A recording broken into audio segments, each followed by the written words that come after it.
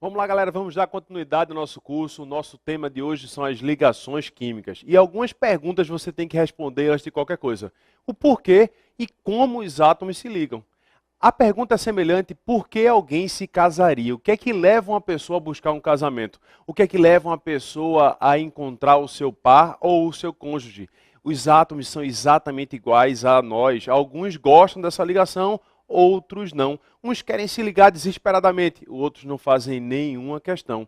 E por que eu busco essa ligação? O que é que me faz procurar uma ligação? Eu poderia mudar o título dessa aula para colocar assim para você: como fazer amigo e conquistar pessoas. É uma aula de autoajuda, mas não vai te ajudar simplesmente a conquistar pessoas, não. Vai te ajudar a conquistar a tua vaga na universidade que você tanto sonhou. E nós começamos a conversar agora sobre a teoria do octeto.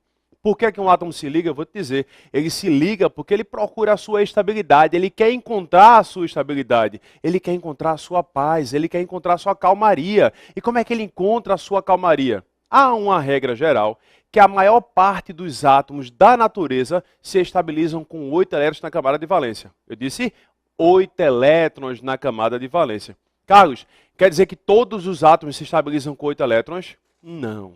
Alguns átomos vão se estabilizar com 2, outros com 4, outros com 6, outros com 10, outros com 12 e alguns até com 14 elétrons na camada de valência. Mas a grande maioria vai se estabilizar com 8 na camada de valência. Por quê? Porque eles vão ficar iguais aos gases nobres. Para você entender melhor o que eu estou te dizendo, é assim: nós temos 118 elementos na tabela periódica. Qual é a referência dos elementos dentro da tabela periódica? Os gases nobres. A nobreza é a referência. Se você pensar na monarquia, a família real, ela sempre vai ser a referência. Então você vai olhar para ela e vai dizer assim: caramba, eles são os nobres. E todo mundo quer ser iguais aos nobres. Todo mundo, abre aspas. Nem todo mundo. Algumas pessoas se estabilizam de forma diferente. E essa é a grande beleza da química. Você tem que concordar comigo que a minha necessidade não é igual à sua. Tem algumas pessoas que, para se estabilizar, precisam de um helicóptero para não se estressar com o trânsito, um apartamento com 400 metros quadrados de varanda na beira da praia, um apartamento em Miami para passar as férias, em Copenhague para passar o outono e por aí vai. Outros se estabilizam simplesmente em saber que existe alguém que ama ao lado para assistir um filme com o seu par romântico. É diferente a necessidade, mas todo mundo precisa se estabilizar. Todo mundo precisa encontrar a sua estabilidade. Para a gente não falar mais, deixa eu te mostrar na tela cheia agora. Vamos lá na telinha? Na tua tela cheia apareceu uma balança. Essa balança, feita com esferas e com cilindro, é para mostrar a busca da estabilidade, a busca do equilíbrio. Todo mundo quer buscar esse equilíbrio. Todo mundo quer encontrar o seu equilíbrio. É inevitável. Mas veja, nem todo mundo vai obedecer à mesma teoria. Existe uma teoria, que é a teoria do octeto, que diz que a maior parte dos elementos vai se estabilizar com 8 elétrons na valência. Carlos, já começou o meu problema, porque eu nem sei o que é valência. O que seria essa história de valência? A valência é a tua última camada. Eu vou pegar aqui o neônio para você entender o que eu estou dizendo. O neônio tem número atômico 10. Se você fizer a distribuição eletrônica do neônio, 1s2, 2s2, 2p6. Mudando um pouquinho aqui o sentido que você vai analisar, ó. Na primeira camada, que é a camada K, ele tem 2 elétrons, são esses 2 elétrons aqui.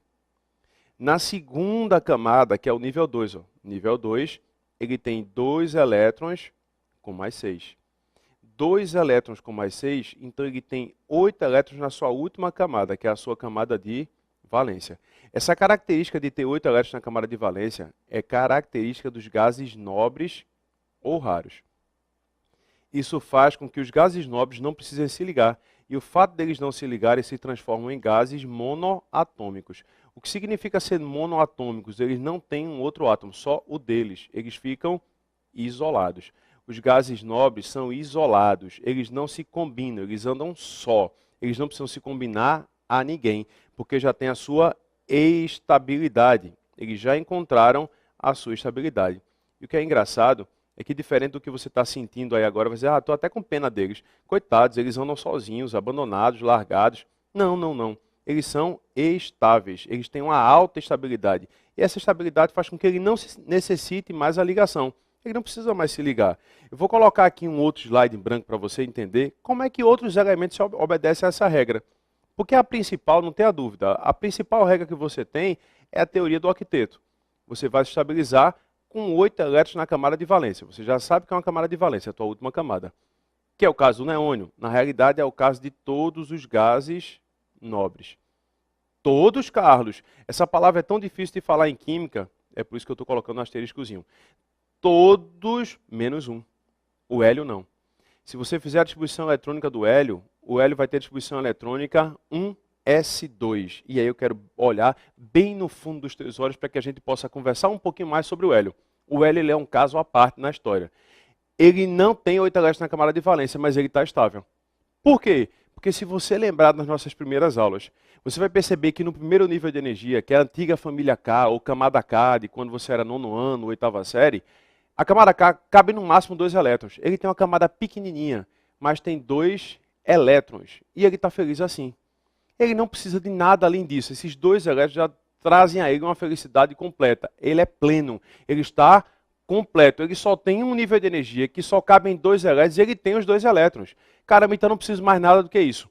Ele está estável. Aí surge uma nova teoria. E que teoria é essa? É a teoria do dueto. Alguns elementos vão copiar o hélio.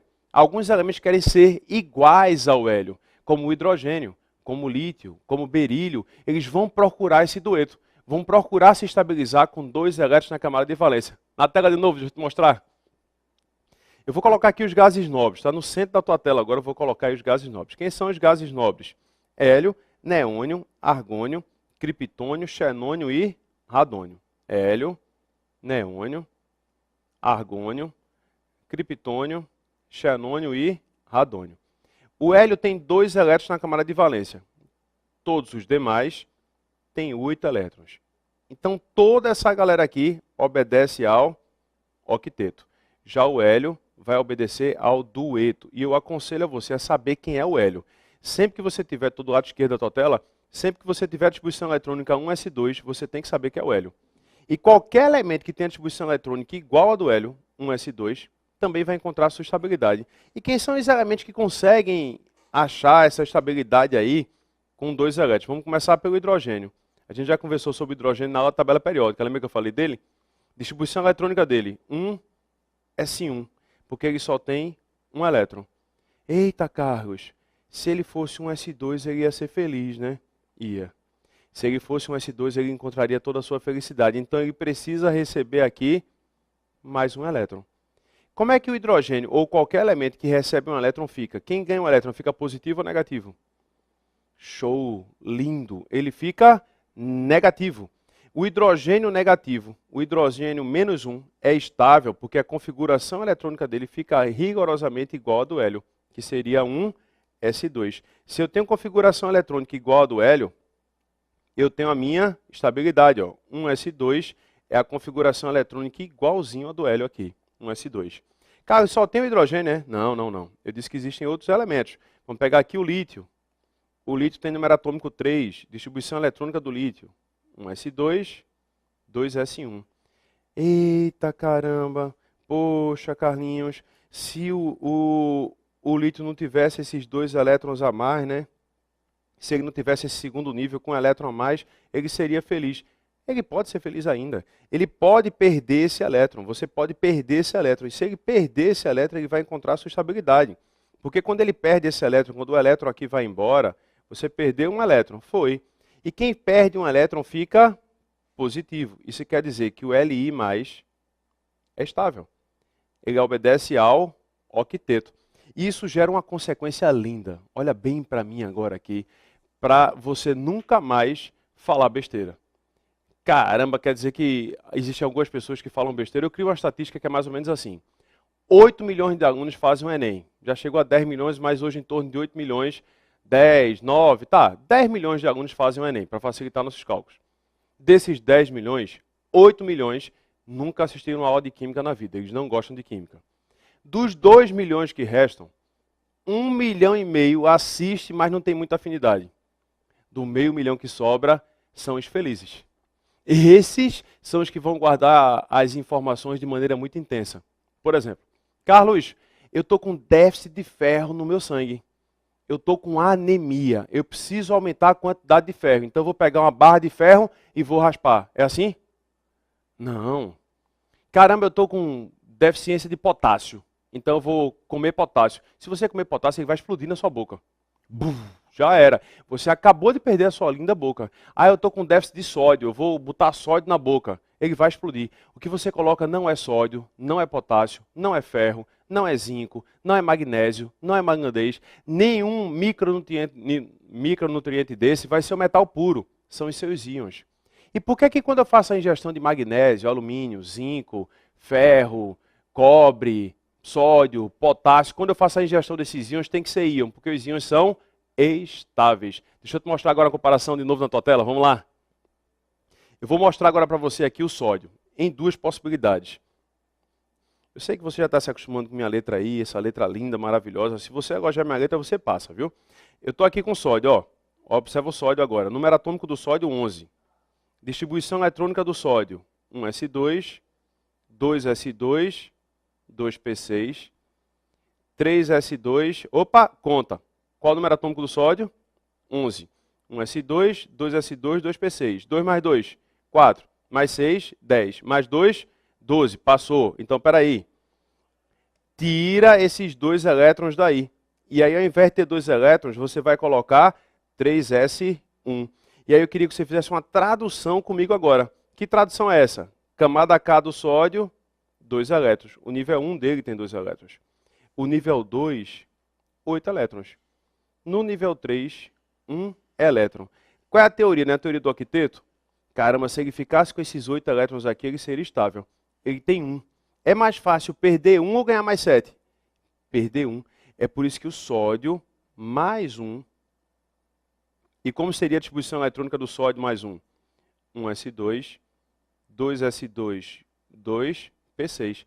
O sódio mais 1 tem 8 elétrons na camada de valência e faz com que o íon de sódio seja mais estável do que o metal sódio. Lembre que se você colocar metal de sódio na boca, ele vai explodir. Quando você coloca sal de cozinha, não acontece nada, porque o íon é estável. Não acontece nada, abre aspas, né? Aumenta um pouquinho a pressão arterial. A célula nervosa, a bomba de sódio e potássio. Mas aqui nesse caso, ó, ele é muito mais estável. A estabilidade do íon de sódio já foi alcançado. Ele já está exatamente como gostaria de ser. Na mais 1. Agora deixa eu colocar o cloro aqui para você me acompanhar. Vamos com o cloro agora. O cloro tem número atômico 17. Distribuição eletrônica do cloro. 1s2, 2s2, 2p6, 3s2. Sempre conte. 2 mais 2, 4, mais 6, 10, mais 2, 12. Para 17, estão faltando 5. Então a distribuição eletrônica vai terminar em 3p5. Aí eu vou contar. Faça a contagem agora de quantos elétrons esse carinha tem. Ó, camada K, 2 elétrons. Camada L, o nível 2, 8 elétrons. Camada KLM, a camada M dele tem 7 elétrons. Eita, poxa, professor. Se o cloro ganhasse 1 elétron, ele ficava com 8, né? Isso. Isso quer dizer que o Cl- ele é feliz. O Cl- é muito mais estável, porque a distribuição eletrônica do Cl-, 1s2, 2s2, 2p6, 3s2, 3p6. Se ele ganhar 1 elétron, na camada de valência dele, ficarão 8. Então posso te afirmar, sem medo de ser feliz, que o Cl- é mais estável do que o Cl. E aí, veja, se você compreende o que eu te disse, você começa a amarrar bem as ligações químicas. Você percebeu que para o sódio ser feliz, ele tinha que perder 1 elétron? Ele tinha 11. Quando ele perde 1, fica na camada de valência com 8 e ficou feliz. O cloro tinha 7 na camada de valência. Quando ele ganha 1 elétron, ele fica feliz. Presta atenção no que eu estou te dizendo. O sódio quer perder o elétron para ser feliz e o cloro quer ganhar. Se eu juntar o sódio e o cloro, eu estou juntando a fome com a vontade de comer. Inevitavelmente, eles vão provocar uma ligação. Caramba, tudo que eu quero é perder, tudo que eu quero é ganhar. Parece aquela minhoco, você é mesmo louco. É um querendo o outro aqui, não tem como fugir disso não. O sódio quer perder e o cloro quer ganhar. Inevitavelmente, um elétron vai saltar do íon de sódio para o íon de cloro, formar o íon de sódio e o íon de cloro. E quando eu formo esses íons, você passa a ter uma carga positiva e uma carga negativa. Carga positiva e negativa. Carlos, positivo e negativo? Cargas opostas se atraem. E essa atração eletrostática da física provoca uma ligação química. E essa ligação chama-se ligação entre íons. Um íon positivo e um íon negativo. Ou ligação iônica. Deixa eu te mostrar na tela cheia, vamos lá. Ó, quando a gente fala em ligação iônica ou eletrovalente. O que é uma ligação iônica ou eletrovalente? É uma ligação que vai acontecer entre íons. Quando eu falo de uma ligação entre íons, você vai ter um íon positivo e um íon negativo. Cargas opostas se atraem. Inevitavelmente, o positivo daqui vai atrair o negativo de lá e eles vão formar uma ligação. Acabei de formar uma ligação. Eletrovalente porque existe uma grande diferença na valência. Existe uma grande diferença na quantidade de elétrons. Normalmente um tem baixa quantidade de elétrons e o outro vai ter uma grande quantidade de elétrons. Um é muito eletronegativo, tem uma tendência a ficar negativo. E o outro tem baixa eletronegatividade, tem uma tendência a ficar positivo. É por isso que existe uma tabela, que é a tabela de Pauling, que diz que se a diferença de eletronegatividade for superior a 1,8, a ligação que você tem é iônica. Carlos, não entendi essa parte não. Estava tudo muito bonito, mas agora travou. Espera aí. Vamos voltar um pouquinho para a tabela periódica. Daqui a pouco eu apago tudo aqui e a gente recomeça a brincadeira. Mas vamos voltar para você compreender. Na tabela periódica, essa galera que for até meio troncho aqui, ó, são os gases nobres. Esses caras têm 8 elétrons na camada de valência. Então não tem necessidade e nem quer elétron de ninguém. Tá feliz. Dentro dessa própria tabela periódica, eu não sei se você vai lembrar, quanto mais embaixo e quanto mais à esquerda eu fico, mais positivo. Maior minha tendência a perder elétrons. Quanto mais à direita e quanto mais acima, mais negativo. E quando eu junto um positivo com um negativo, eu provoco entre eles uma atração eletrostática. Uma ligação entre íons. Que é uma ligação forte, porque positivo e negativo vai se atrair muito. E aí, ó, quando eu falo de ligação iônica, inevitavelmente você vai ter um positivo que está no canto inferior esquerdo da tabela periódica, com um negativo que está no canto superior direito da tabela periódica. A diferença é muito grande da eletronegatividade. Um muito negativo com um muito positivo. Se um quer perder e o outro quer ganhar, a tendência natural é que isso ocorra, o fluxo de elétrons vai acontecer, um cara perde e o outro ganha, mesmo que o conceito da ligação iônica não seja esse. A ligação iônica é porque positivo atrai negativo. Acabou, é um processo físico de atração eletrostática. Em geral, você identifica uma ligação iônica quando você olha para um composto, porque assim, o cara precisa saber, você precisa saber identificar os compostos. Ele vai estar no meio de uma prova lá, vários compostos, um bocado de composto para você. E você vai ter que identificar esses compostos. Você vai ter que olhar para ele e vai dizer assim, esse composto ele é iônico, ou seja, esse composto apresenta íons. Como é que eu faço isso? Quando eu tenho muito positivo com muito negativo. Mas, Carlos, como é que eu vou saber quem é o positivo e quem é o negativo? Calma, take it easy. Você faz o seguinte, o positivo é o que a gente chama de metal. E o negativo é o que a gente chama de ametal. Deixa eu te mostrar na tela. Eu vou apagar o que eu escrevi aí para que a gente possa... Ah, Carlos, espera aí, eu quero anotar. Dá uma pausa rapidinha. Você vai conseguir apagar tudo que está aí. Vamos lá. Quando é que eu formo uma ligação iônica? Quando é que você tem uma ligação iônica? Que é uma ligação que acontece entre um íon positivo e um íon negativo. Alguém quer perder elétrons e o outro quer ganhar. É fácil. Quando você tiver um metal ligado a metal. Metal ligado a metal, você vai ter um positivo ligado a um negativo. Ou metal ligado a hidrogênio. Porque lembra que o hidrogênio pode ser negativo? Então aqui, ó, metal positivo com hidrogênio negativo. Metal mais a metal, metal mais hidrogênio. Metal mais a metal, metal mais hidrogênio. Metal mais a metal, metal mais hidrogênio. Carlinhos, e quem são os ametais? COP, 100 e todo o bloco da família 7A, que é a coluna 17. Carbono, oxigênio, fósforo, enxofre, selênio, nitrogênio e toda a família 7A. Flúor, cloro, bromo, iodo e astato. Flúor, cloro, bromo, iodo e astato. Ó, positivo, negativo, negativo. Metal mais a metal, metal mais hidrogênio. O positivo vai atrair o negativo e vice-versa e vão formar um composto. Esse composto está aqui à esquerda das imagens. Ó. Forma um retículo cristalino. as ligações iônicas sempre formam um cristal. Sempre formam um cristal. Se você observar, o césio é um metal e o cloro é um ametal. O zinco é um metal, o enxofre é um ametal. O cálcio é um metal e o flúor é um ametal. Metal mais ametal, metal mais hidrogênio.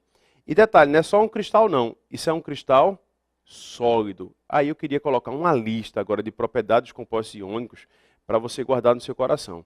Quais são as propriedades mais importantes que você tem aí? Anote, porque isso vai ser cobrado para você. Todo composto iônico é sólido. Todo. Tem exceção? Não. Todo composto iônico é sólido. Todo composto iônico é obrigatoriamente sólido. Todo composto iônico forma um cristal. Composto iônico forma um cristal. É um sólido cristalino. Como a atração é muito forte entre positivo e negativo, você tem uma alta agregação. E essa alta agregação é difícil separá-los. Consequentemente, eles vão ter alto ponto de fusão e alto ponto de ebulição. Ponto de fusão e de ebulição. Caso eu não lembro o que é ponto de fusão, não. Ponto de fusão é quando você passa do estado sólido para o estado líquido, quando vai derreter o composto. E ponto de ebulição é quando você sai do estado líquido para o estado de vapor. Todo composto iônico é sólido. Está vendo aqui na tua tela? Um pozinho amarelo, um pozinho branco, um pozinho verde. Todo composto iônico tem alto ponto de fusão e ponto de ebulição. São sólidos, cristalinos, alta agregação, alto ponto de fusão e alto ponto de ebulição. E aí tem uma frase que eu vou colocar aqui agora, que eu vou até mudar de cor, para colocar essa frase para você. E nessa frase você tem que ter todo o cuidado do mundo. Presta atenção. Composto iônico está em caixa alta. Ó. Não conduz corrente elétrica. Composto iônico não conduz corrente elétrica nem calor. Composto iônico não conduz corrente elétrica e calor. Olhe para mim. Mas olhe bem. Aí você vai me dizer assim, não, eu já vi sim que sal conduz corrente elétrica. Não conduz. Conduz, professor, não conduz. Composto iônico conduz? Não conduz. Para ele conduzir é uma condição especial. Sal de cozinha sólido não conduz corrente elétrica.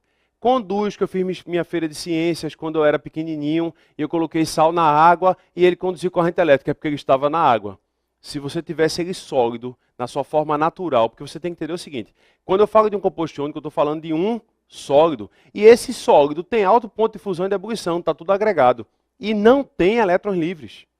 Não existe elétrons livres, e para conduzir corrente elétrica você tem que ter elétrons ou carga, e eles não têm, as cargas estão todas presas. O único movimento que um composto iônico consegue fazer é vibracional, ele não consegue nem girar, você não tem o giro, ele não tem nem a rotação nem a translação, ele só vibra. O composto iônico, ó, quem está formando um composto iônico, no máximo, tem movimento vibracional, nem rotacional, nem translacional, só vibracional. E os elétrons não estão livres, então o composto iônico não conduz corrente elétrica.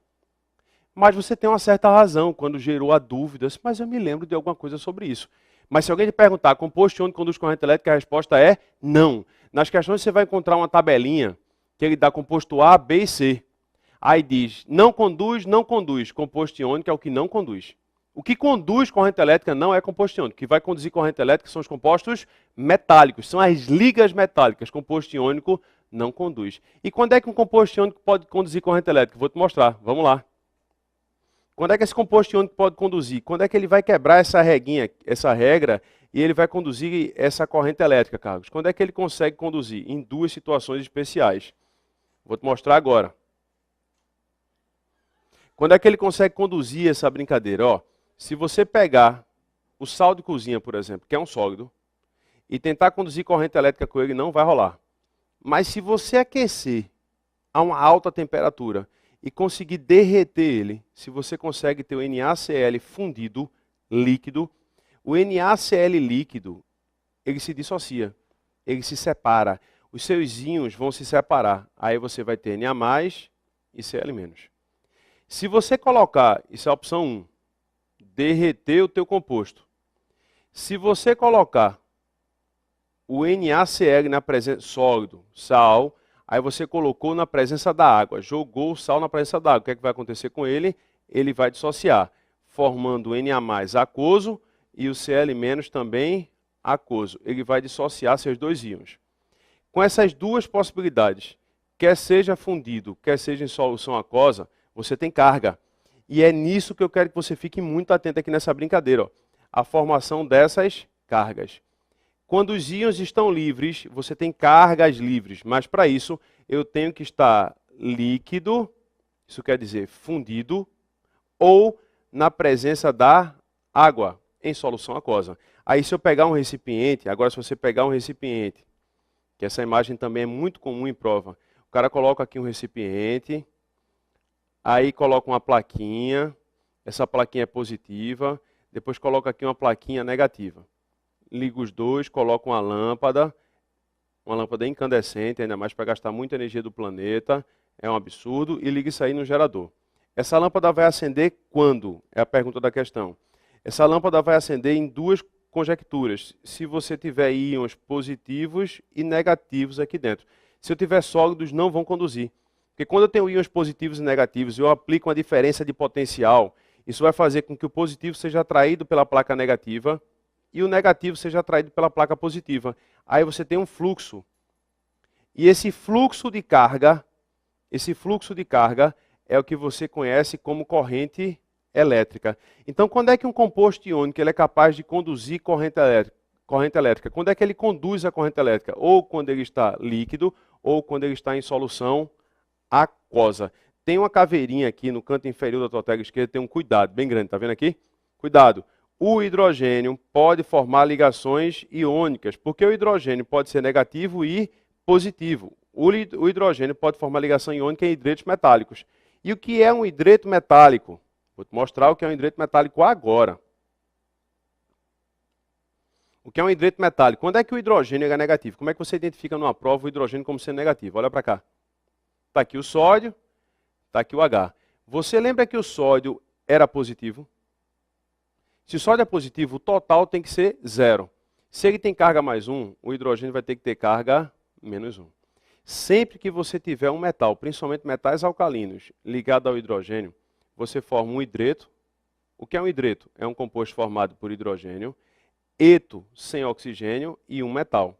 Hidreto metálico. Nos hidretos metálicos, você tem um positivo e um negativo. O negativo, nesse caso, é o hidrogênio. E isso é um composto iônico. Vamos só recapitular aqui.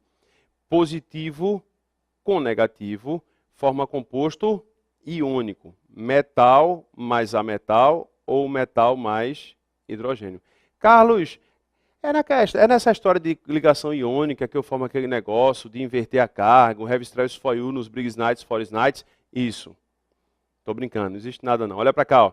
Todo elemento da família 1A, que é a coluna 1, tem um elétron na camada de valência. Então eles têm uma tendência de carga mais 1.